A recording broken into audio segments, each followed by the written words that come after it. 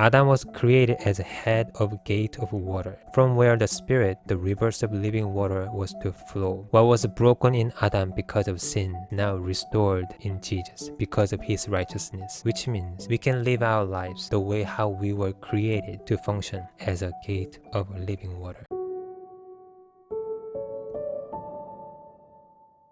Hi, grace and peace to you. This is Pine Tree and welcome to my channel. Are you thirsty?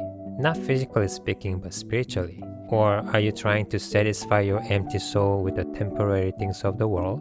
For sure, there's a brief moment of satisfaction, but sooner or later, you get swept away by the emptiness again. And you search for other things to fill that emptiness, and the cycle repeats once again. Sometimes you don't even notice that because you are just so used to it. And if that's who you are, then come to the rivers of living water today and drink it for free. I know when people say try for free, they are trying to sell you something, right? But this living water is really free. So let's talk about the rivers of living water that can quench our thirst and satisfy our soul. John chapter 7 verse 37 and 38. If anyone is thirsty, let him come to me and drink. He who believes in me, as the scripture said, from his innermost being will flow rivers of living water. There's a lot of topics we can cover from these verses, but we are going to just focus on the rivers of living water. And for a better understanding, we need to go back to the beginning. Let's talk about Adam. You might ask why Adam, or Adam in English, but there's something interesting about his name. Unlike English, each Hebrew letter has its own meaning. The fundamental meaning of the first letter Aleph is ox, which represents strength and also leader and chief. And the second letter Dalet has a meaning of a door, and here's ox. And the last letter has a meaning of water. So overall meaning of Adam is chief or head or leader of door or gate of water. Remember what Jesus said? From his innermost being will flow rivers of living water. Adam was created as a head of a gate of water, from where the Spirit, the rivers of living water, was to flow. We are using Adam as a proper name, but actually Adam means a human being in Hebrew. In other words, we as a human being were created as head or leader of a gate of water. But this living water stopped flowing because Adam sinned. Instead, now all kinds of trash, dead, foul-smelling water started to flow. Hatred, lust, lies and deceptions, bitterness, you name it. We all know them so well. Jesus said, out of the heart of man come all these evil things. So when we look at ourselves, like within ourselves and others, there's no hope. We get disappointed even in the church. Maybe I should say especially in the church, because we have a high expectation towards Christians and we fail time to time, maybe many times. That's why we need to look at Jesus, our hope, the hope of the world. Then we will never get disappointed. So let's look at Jesus. Jesus, or Yeshua in Hebrew, according to the scripture, he was conceived by the Spirit, born of a virgin, lived a sinless life, and when he was about 30 years old, he was baptized with the Holy Spirit. And now, the rivers of living water once again started to flow from the innermost being of Adam, a human being, because Jesus came in this flesh. The first Adam failed, but the last Adam, Jesus, succeeded.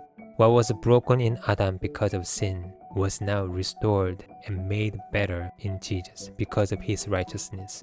Yes, when we believe in Jesus, the broken function as a head of a gate of water is now restored within us in Christ, which means we can live our lives the way how we were created to function as a gate of living water, bringing life to the people around us.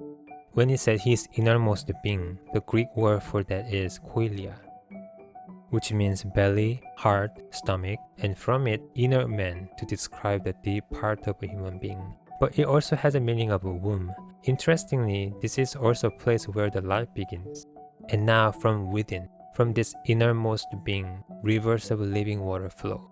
But also notice that it's not just a little stream that might dry up under the scorching sun, or one river, but many rivers overflowing with full of life. With God, it's always abundant. But do you see and feel that in your life?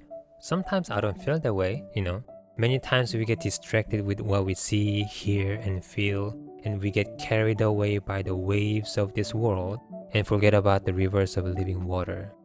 Even though we know the worldly things can satisfy our empty soul only for a while, and yet we go back to them again and again. Why is it, There are many reasons for sure, but I think one main reason is because we don't know how good the living water is. Maybe we understand it in our head, but never experienced it for real. Because we don't know it, we don't want it. I mean, if we don't even know what it is, why do we want it? And of course, needless to say, we wouldn't understand how precious this living water is.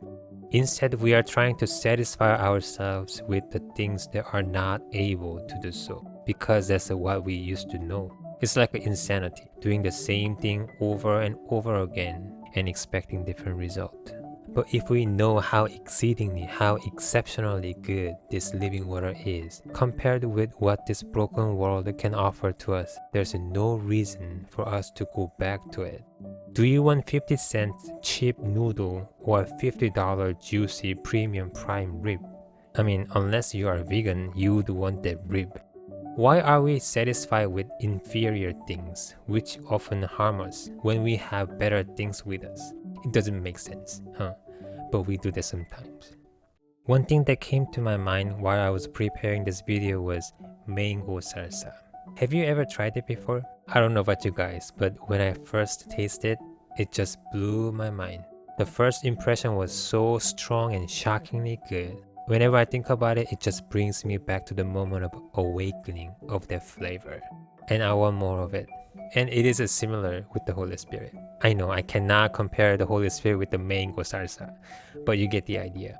However, this living water might taste a little strange at first because we are so accustomed to the taste of this world. But once we develop a taste of life from this living water, we won't be able to live without it. Not only that, we are going to start sharing it with others, bringing life to those who are around us.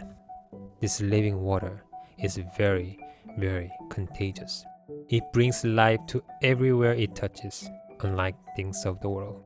So come and taste how good this living water is. Why not? The Holy Spirit, the rivers of living water. Do you want to dive into it now? Drink it and quench your thirst? It's free, offered by Jesus, and 100% satisfaction guaranteed by the Father.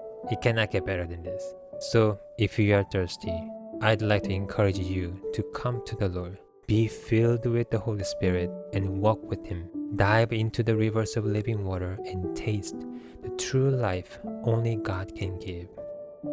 And I'd like to share a song about the rivers of living water. So if you are interested, check it out here. Well, I hope and pray that this video helps you one way or the other. And if you like this video, share with your friends, your loved ones, and other brothers and sisters in Christ, and encourage them. We all need encouragement. So, grace be upon you, Shalom, and God bless you. Bye.